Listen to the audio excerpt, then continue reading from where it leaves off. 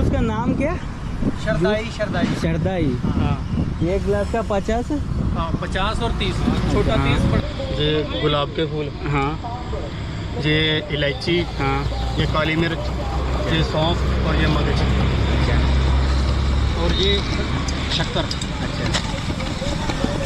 ಇದೆಲ್ಲ ಐಟಮ್ನ ಈ ಥರ ಒಂಥರ ಬೌಲ್ ಥರ ಇರ್ತದೆ. ಇದು ಕಲ್ಲಿದು ಇದೆಲ್ಲ ಹಾಕಿ ಇದು ಕ್ಯಾ ಬೋಲ್ತೆ ಇದಕ್ಕೆ? सलोतर। ಸಲೋತ್ತರ್. हाँ ಇದರಲ್ಲಿ ಎಲ್ಲ ಐಟಮ್ನ ಒಟ್ಟಿಗೆ ಹಾಕಿ ರುಬ್ತಾರೆ. ಅಂದರೆ ಇವರ ಕೈಯಲ್ಲೇ ರುಬ್ಬೋದ್ರಿಂದ ತುಂಬ ಸಾಫ್ಟ್ ಆಗಲಿ ಅರ್ಧ ಗಂಟೆ ಆದರೂ ಬೇಕಾಗುತ್ತೆ ಅಂತೆ. ಫೈನಲಿ ತುಂಬ ರುಬ್ಬಿ ಈ ಥರ ಸಾಫ್ಟ್ ಆದಮೇಲೆ ಅದಕ್ಕೆ ನೀರು ಮಿಕ್ಸ್ ಮಾಡಿ ಈ ಥರ ಒಂದು ಬಕೆಟ್ಗೆ ಬಟ್ಟೆ ಕಟ್ಟಿ ಅದಕ್ಕೆ ಸೋಸ್ತಾರೆ. ಎಲ್ಲ ಸೋಸಿ ಆದಮೇಲೆ ಕೊನೆಯದಾಗಿ ಹಾಲನ್ನು ಆ್ಯಡ್ ಮಾಡ್ತಾರೆ.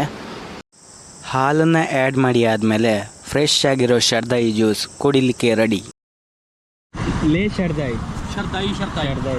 ಈ ಜ್ಯೂಸ್ ಖಾಲಿ ಆದರೂ ಅದು ತಯಾರಾಗೋವರೆಗೂ ವೆಯ್ಟ್ ಮಾಡಿ ಮತ್ತೆ ಕುಡ್ದು ಹೋಗ್ತಾರೆ. ಅದು ಅಲ್ಲದೆ ಕೆಲವರು ಈ ಜ್ಯೂಸ್ ಎಲ್ಲಿ ತಯಾರಿಸ್ತಾರೆ ಅಲ್ಲಿವರೆಗೂ ಹುಡ್ಕೊಬಂದು ಮತ್ತೆ ಕುಡ್ದು ಹೋಗ್ತಾರೆ.